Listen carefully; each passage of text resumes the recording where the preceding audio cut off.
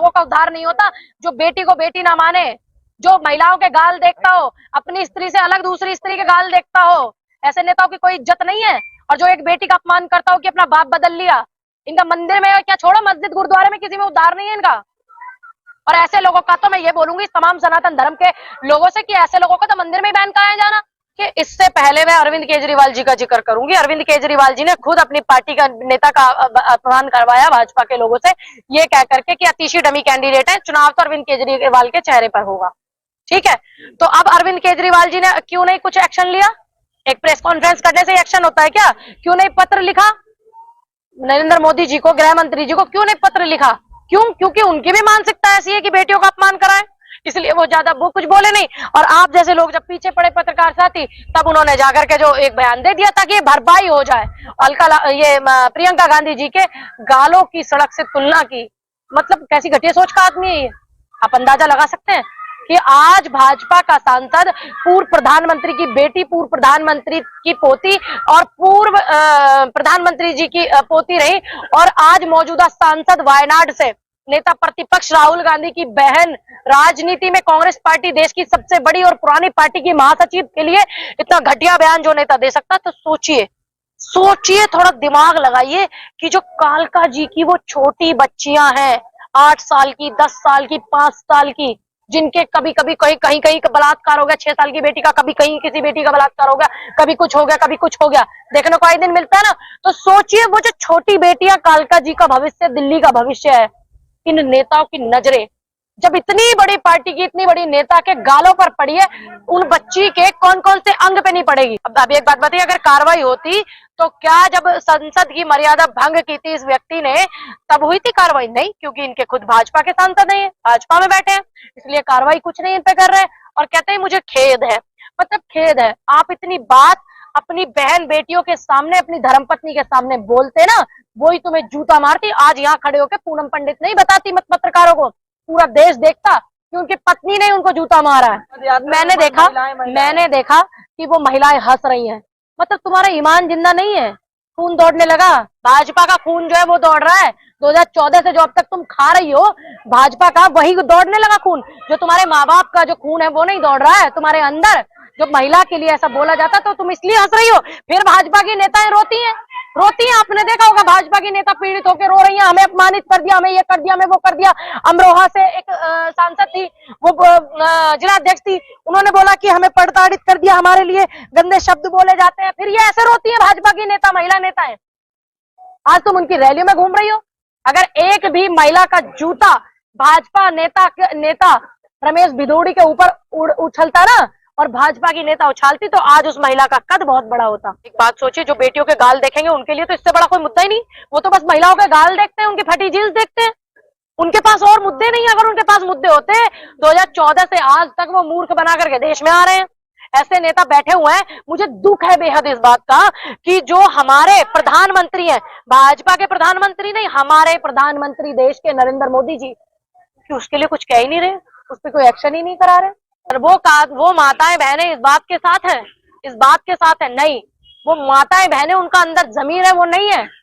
इसका मतलब जो उनके माँ बाप का खून है वो चलता था, वो अब नहीं है। 2014 के बाद भाजपा की दलाली पे जी रही है वो। लेकिन उनके नेता तो कहते हैं ना, बेटी बचाओ बेटी पढ़ाओ। आप समझते ही नहीं ना उनके बयानों का मतलब। बेटी बचाओ का मतलब है कि भाजपा के नेताओं से बेटी बचाओ, भाजपा के नेताओं से बेटी बचाओ।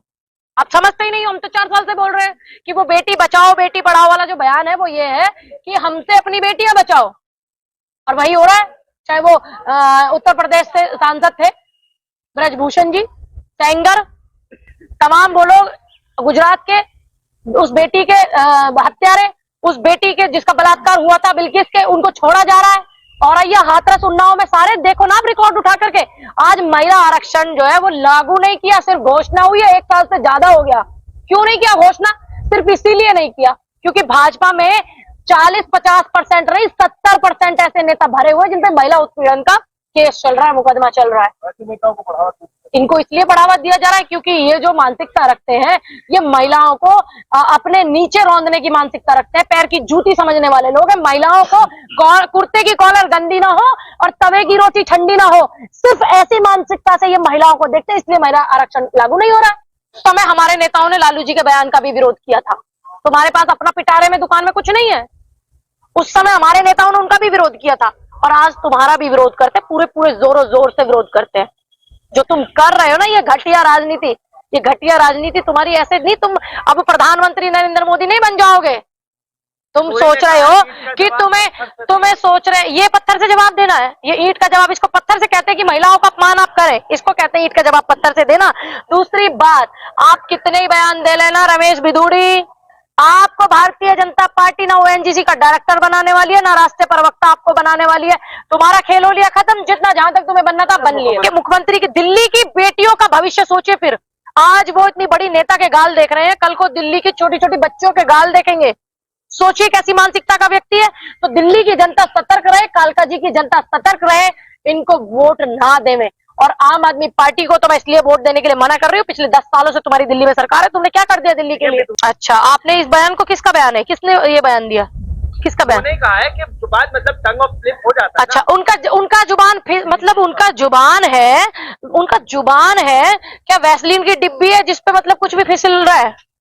सारे नेताओं की जुबान ऐसी है। एक तरफ कहते हैं प्रधानमंत्री बेटी बचाओ बेटी पढ़ाओ, उधर जुबान फिसल गया, उधर गृह मंत्री कहते हैं, गाली का एक शब्द आपने आया होगा, अपने डैश डैश देखा सुना भी होगा, वो बीप लगा देते हैं वीडियो वाले। आज कह रहे हैं कि आज फिर जुबान स्लिप हो गया। मतलब स्लिप हो रहा है, क्यों हो रहा है? कोई तुम कहीं किसी बार में नहीं गए ना शराब पीने जो स्लिप हो रहा है? या मंच पे खड़े थे राजनीतिक, कोई बार में नहीं बयान दे रहे तुम स्लिप हो गया पी के दारू। तो बराबर महिला तो हंस रही थी, वो महिला हंस रही थी, घटिया औरत। वो कौन थी इतने गंदे तरीके से हंस रही थी? उसको तुरंत मंच से नीचे उतरना चाहिए था। तो ऐसी महिलाएं जब तक है देश में तभी ऐसे होता है। राम को मानना होता तो वो राम की नीतियों पे चलते। परछाई तक पे राम की परछाई भी औरत से टच नहीं होती थी। मंदोदरी जब रावण मरा था तो रावण ने कहा था कि मेरे दोनों जजमान मरे, जब मैं मरूं तो साथ रहे। तो मंदोदरी जब पहुंची तो देखा कि स्त्री की परछाई आ रही, राम बैठे हुए खड़े हो गए थे। उन्होंने पूछा क्यों खड़े हो गए? कि आप तो माँ हैं, आप तो जगत जननी है, मैं आपकी परछाई भी नहीं छू सकता। आज मैं देख रहा हूँ कैसे जवाब दिया जाएगा? इस तरीके से जवाब दिया जा रहा। कल से माफी मांग तो ली और अभी हो सकता है दंडवत भी हो जाए, हो सकता है चुनाव से बहिष्कार भी हो जाए। इस आदमी का चुनाव से बहिष्कार होना चाहिए, इसका पर्चा भी रद्द होना चाहिए। आप लोगों ने मुकदमा नहीं करवाया? करवाए, किसने कहा नहीं करवाया? कल पुतले भी जले। अब आपकी अधूरी जानकारी पूरी लेके आई। कानूनी कार्रवाई नहीं की है, हमने अपनी तरफ से की है, उधर से कोई कानूनी कार्रवाई नहीं हुई है। अधूरी जानकारी है आपके पास। हराएंगे आप? बिल्कुल हराएंगे, क्यों नहीं हराएंगे। आज वो हमारी नेता प्रियंका गांधी के गाल चेक कर रहे हैं, गालों की तुलना कर रहे हैं सड़कों से। कल किसी छोटी बच्ची की करेंगे, कल किसी जवान बेटी की करेंगे। तो बेटियों को गंदी निगाह से देखेंगे ये लोग, बिल्कुल करेंगे।